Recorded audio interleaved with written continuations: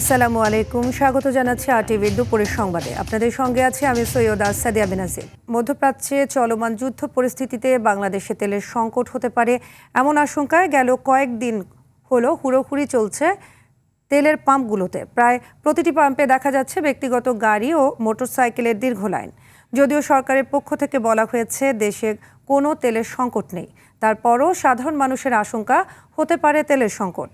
ফলে তেলের পাম্পগুলোতে তেল নিতে চলছে হুড়োহুড়ি সামলাতে না পেরে অনেক পাম্প বন্ধ রেখেছেন মালিকরা।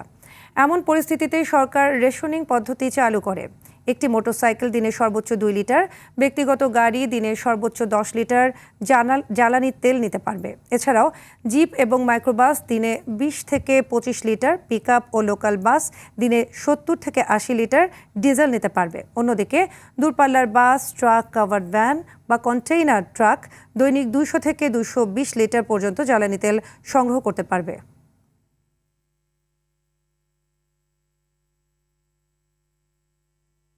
এদিকে সারা দেশের অধিকাংশ জ্বালানি তেলের পাম্পগুলোতে গতরাত থেকে তেল বেচাকেনা বন্ধ করে দেওয়ার অভিযোগ উঠেছে কর্তৃপক্ষের বিরুদ্ধে। সকালে বিভিন্ন জেলার তেলের পাম্পগুলোতে অকটেন দিতে দেখা গেলেও ডিজেল দেওয়া বন্ধ করে দেওয়া হয়েছে। এতে চরম ভোগান্তিতে স্থানীয় পরিবহন ও দূরপাল্লার যানবাহনের চালকেরা। অভিযোগ রয়েছে তেল মজুদ থাকলেও দাম বেশি পাওয়ার আশায় বন্ধ করে রাখা হয়েছে এই পাম্পগুলো।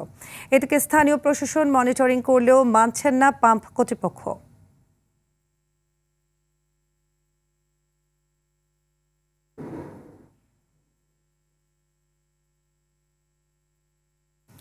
ইরান ইসরায়েল সংঘাতের প্রেক্ষাপটে জ্বালানি সহযোগিতার বিষয়ে চীনের সঙ্গে বাংলাদেশের আলোচনা চলছে বলে জানিয়েছেন ঢাকায় নিযুক্ত চীনা রাষ্ট্রদূত ইয়াওভেন।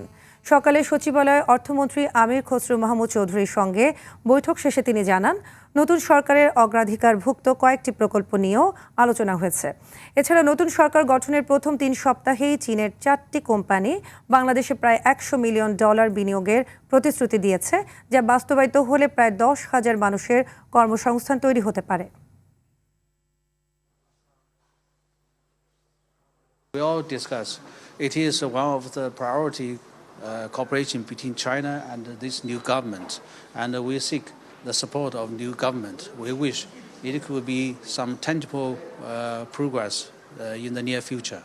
We haven't come to that far, Bangladesh haven't requested this support from China. So we are according to the needs of Bangladesh to decide how to come out with our next movement. চাঁদাবাজ ও অস্ত্রধারী শীর্ষ সন্ত্রাসীদের তালিকা প্রস্তুত রয়েছে বলে জানিয়েছেন police মহাপরিদর্শক Mohammad Ali Hossain ফকির। শিগগিরই তাদের ধরতে অভিযান চালানো হবে। নতুন দায়িত্ব গ্রহণের পর প্রথমবারের মতো সংবাদ সম্মেলনে তিনি কথা জানান। এ সময় আইজিপি আরও জানান, ওসমান হাদি হত্যার ঘটনায় গ্রেপ্তারকৃত আসামিদের দেশে ফিরিয়ে আনতে পররাষ্ট্র মন্ত্রণালয় কাজ করছে। জাহিদ রহমানের রিপোর্ট। দায়িত্ব নেওয়ার পর প্রথমবারের মতো সংবাদ সম্মেলনে অংশ নেন পুলিশের নতুন মহাপরিদর্শক। পুলিশ হেডকোয়ার্টারের মিডিয়া সেন্টারে তুলে ধরেন বাহিনীর চ্যালেঞ্জের কথা। জনগণ রাষ্ট্রের মূল শক্তি, তাই আমরা সবসময় জনগণের পাশে থেকে তাদেরকে সর্বোচ্চ সেবা প্রদানে বদ্ধপরিকর। যে তালিকাটা আসছে এটা থেকে আবার একটু আমরা অনেকগুলো এজেন্সি থেকে পেয়েছি, এটা আবার আমরা সবকিছু মিলিয়ে কমন যেগুলা সেগুলোর বিরুদ্ধে আমরা ব্যবস্থা নিই। ভারতে ইনকিলাব মঞ্চের মুখপাত্র ওসমান হাদি হত্যার আসামিদের গ্রেপ্তারের বিষয়ে কথা বলেন নতুন আইজিপি। কূটনৈতিক চ্যানেলে ফরেন মিনিস্ট্রি থেকে তাদের সাথে যোগাযোগ হয়েছে, তারা এই ব্যাপারে কার্যক্রম গ্রহণ করছে। হয়তো অচিরেই ইনশাল্লাহ আমরা দেখতে পারবো তারা বাংলাদেশে আমরা আনতে সক্ষম হব। কিশোর গ্যাং মব সৃষ্টিকারীদের বিরুদ্ধে বাহিনীর কঠোর অবস্থানের কথা তুলে ধরেন পুলিশ প্রধান।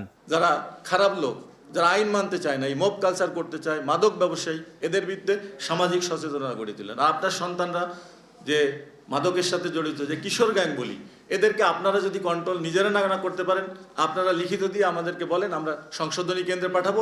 ঈদ উল ফিতরকে সামনে রেখে মহাসড়কগুলোতে চাঁদাবাজি ও ডাকাতি রোধে পুলিশ তৎপর রয়েছে বলেও জানান পুলিশ মহাপরিদর্শক। ঈদের সড়ক, মহাসড়ক, নৌ ও রেলপথে।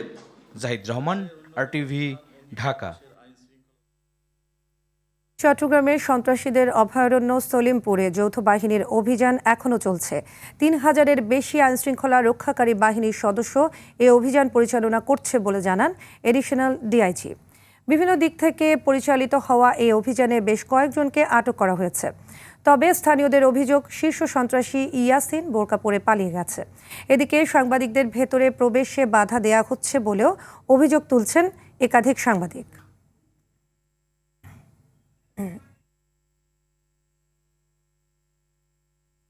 চট্টগ্রামের জঙ্গল সলিমপুর এলাকার অভিযান থেকে সরাসরি যুক্ত হচ্ছেন সহকর্মী সাইফুল মাহমুদ। সাইফুল, এই মুহূর্তে জঙ্গল সলিমপুরে অভিযানের সবশেষ খবর আমাদের জানাবেন।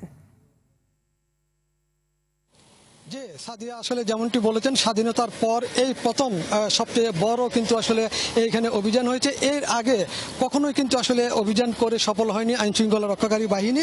যতবারই অভিযানে এসেছিল তাদেরকে কিন্তু আসলে অভিযানের মাঝপথে কিন্তু তাদেরকে ফেরত যেতে হয়েছিল। এইবার কিন্তু আইন শৃঙ্খলা রক্ষাকারী বাহিনীর 3042 জন সদস্য নিয়ে ভোর 4টা থেকে কিন্তু তারা অভিযান শুরু করেছে এবং অভিযানের আগে তারা কিন্তু পুরা জঙ্গল সলিমপুরের চারপাশে কিন্তু আইন শৃঙ্খলা রক্ষাকারী বাহিনী দিয়ে ঘেরাও করে ফেলেছিল, যাতে কোনোভাবেই শীর্ষ সন্ত্রাসী যারা রয়েছে তারা যাতে পালিয়ে যেতে না পারে।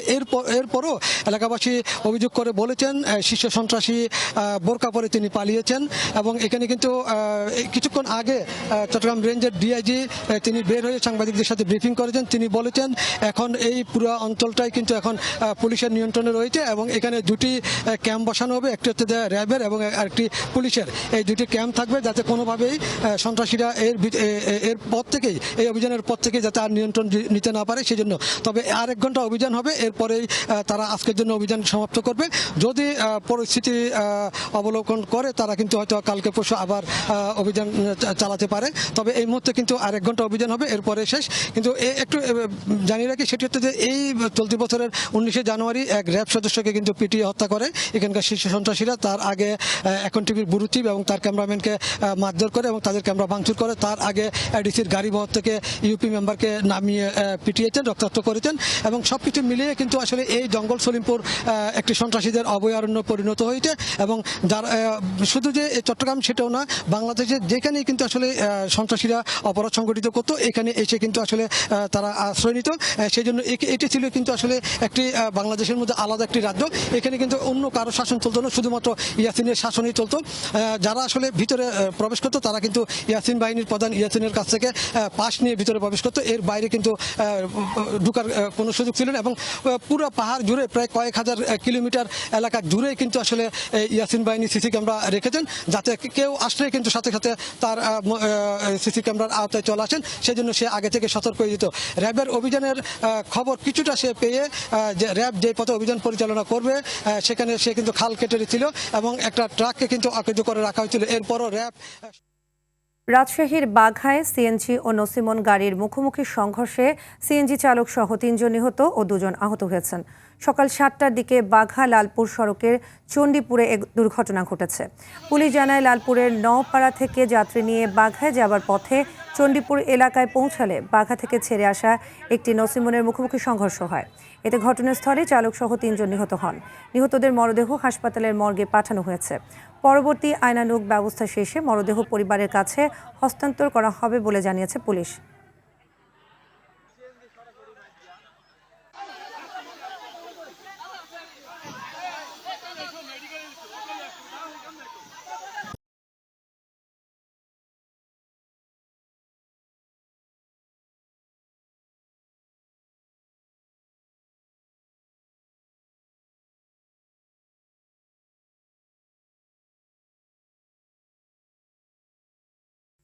এবার আইডিএলসি পরিবর্তনের পথে বাংলাদেশ। দেশে বিদ্যুৎ সাশ্রয়ে ব্যতিক্রমী উদ্যোগ নিয়েছেন প্রধানমন্ত্রী তারেক রহমান। তার নির্দেশনায় সচিবালয়ের 1 নম্বর ভবনের 201 নম্বর কক্ষে 50% লাইট ও 50% শীতাতপ নিয়ন্ত্রণ যন্ত্র এসি ব্যবহার করা হচ্ছে। একই সঙ্গে দিনের বেলায় প্রাকৃতিক আলো ব্যবহারের জন্য কক্ষের জানালার পর্দা খোলা রাখার নির্দেশ দেওয়া হয়েছে। ইতিমধ্যে সচিবালয়ের 1 নম্বর ভবনে প্রধানমন্ত্রীর 201 নম্বর কক্ষ সহ তার কার্যালয়ের সব কক্ষে এই নির্দেশনা বাস্তবায়ন করা হয়েছে। বিদ্যুৎ সাশ্রয়ের লক্ষ্যে প্রধানমন্ত্রী পর্যায়ক্রমে দেশের সরকারি, আধা সরকারি ও বেসরকারি অফিস, আদালত, শপিং মল, বাণিজ্যিক প্রতিষ্ঠান এবং বাসাবাড়িতে একই ধরনের উদ্যোগ বাস্তবায়নের আহ্বান জানিয়েছেন।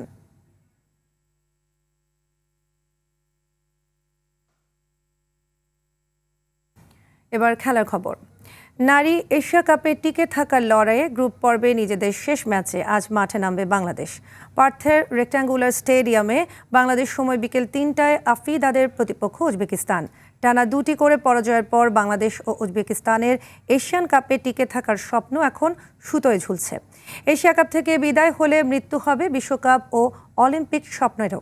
তাই স্বপ্ন পূরণে দুই দলেরই চাওয়া বড় একটি জয়। তবে ম্যাচের পূর্বে এসব নিয়ে ভাবতে রাজি নন কোচ পিটার বাটলার। তিনি মনে করেন সঠিকভাবেই খেলছে মেয়েরা। ধারাবাহিকতার সাথে ধরে রেখে শেষ ম্যাচেও ইতিবাচক থাকার লক্ষ্য।